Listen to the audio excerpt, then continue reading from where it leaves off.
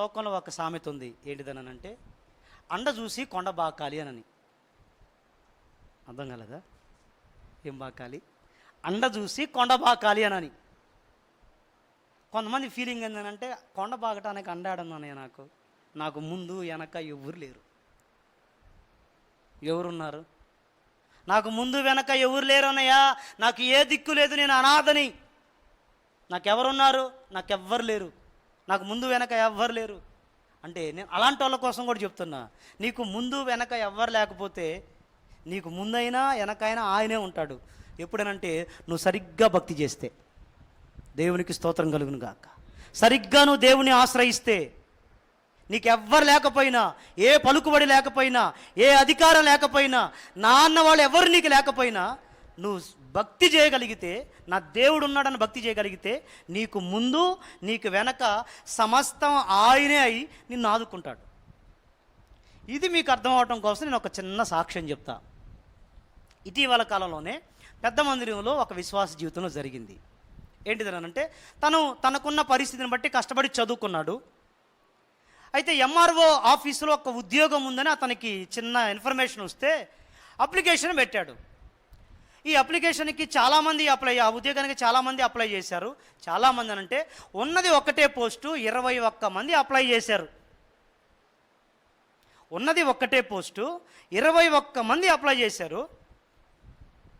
ఆ 21 మందిలో అప్లై చేసేటప్పుడు ఒక్కొక్కడు 3 లక్షలు కట్టారు. ఒక్కొక్కడు ఆ పోస్ట్కి 3 లక్షలు కట్టారు. వరుసలో ఇతను కూడా వెళ్ళి అప్లికేషన్ ఇచ్చాడు. వాళ్ళు అడిగారట, మరేందబ్బా వ్యవహారం, దాదాపు 3 లక్షల దాకా బలుగుతుంది అని అంటే, అన్న 3 లక్షలు కాదు కదన్నా, 30,000 కూడా కట్టలేదన్నా. కట్టలేకపోతే ఎట్లా వచ్చిందిరా, అప్లికేషన్ ఏదో ఊరక డింగ్మని ఇచ్చి వెళ్తున్నావు. లేదన్నా నా దగ్గర పరిస్థితి ఏం లేదు. కాదబ్బాయి, ఏదన్నా ఎవరితోన్నా చెప్పించుకోవటమో ఏదన్నా ఉండాలా దీనికి, లేకపోతే రాదు అని అక్కడ ఉన్న వాళ్ళు ఎవరో చెప్పారు. అన్న నాకు ముందు వెనక ఎవరు లేరన్నా అని. అట్టంటే అట్టా కష్టంగా అనంటే బాధపడి డబ్బులు కట్టుకునే స్థితి కూడా లేదు. చదువుకోవడమే అంతంత మాత్రంగా కష్టపడి చదువుకున్నాడు. ఇంకింటికి వచ్చి నాకు ఆ ఉద్యోగం అవసరం ప్రభు అని 3 రోజులు ఉపవాసం ఉండి ప్రార్థన చేశాడంట. 3 రోజులు ఉపవాసం ఉండి ప్రార్థన చేశాడంట. 3వ రోజు మధ్యాహ్నం సరిగ్గా 2-3 ఆ టైంలో ఎంఆర్ఓ ఆఫీస్ నుంచి అబ్బాయికి ఫోన్ వచ్చిందంట. ఫోన్ వచ్చి, అరే బాబు, నువ్వు మొన్న అప్లికేషన్ ఇచ్చి వెళ్ళావు కదా, ఆ అప్లికేషన్కి నీ పేరు సెలెక్ట్ చేశారు, నువ్వు వచ్చి జాయిన్ అవ్వచ్చు. ఏమైందో తెలియదురా, మా సారు అదిగో వాడికే ఉద్యోగం ఇవ్వనని చెప్తున్నాడు. అబ్బాయి వచ్చాడు కదా, ఇది ఈ పేరు కలిగిన వ్యక్తికే ఉద్యోగం ఇవ్వమని చెప్తున్నాడు. బాబు నువ్వు ఎవరితో రికమెండేషన్ చేయించావరా, నీ వెనక ఎవరున్నారు అని అడిగాడంట అతను. అడిగితే అప్పుడు చెప్పాడంట, నా వెనక మనుషులు ఎవరు లేరన్నా, సర్వోన్నతుడైన దేవుడు ఉన్నాడు, సర్వోన్నతుడైన దేవుడు ఉన్నాడన్నా, ఇంకెవరు లేరు నాకు.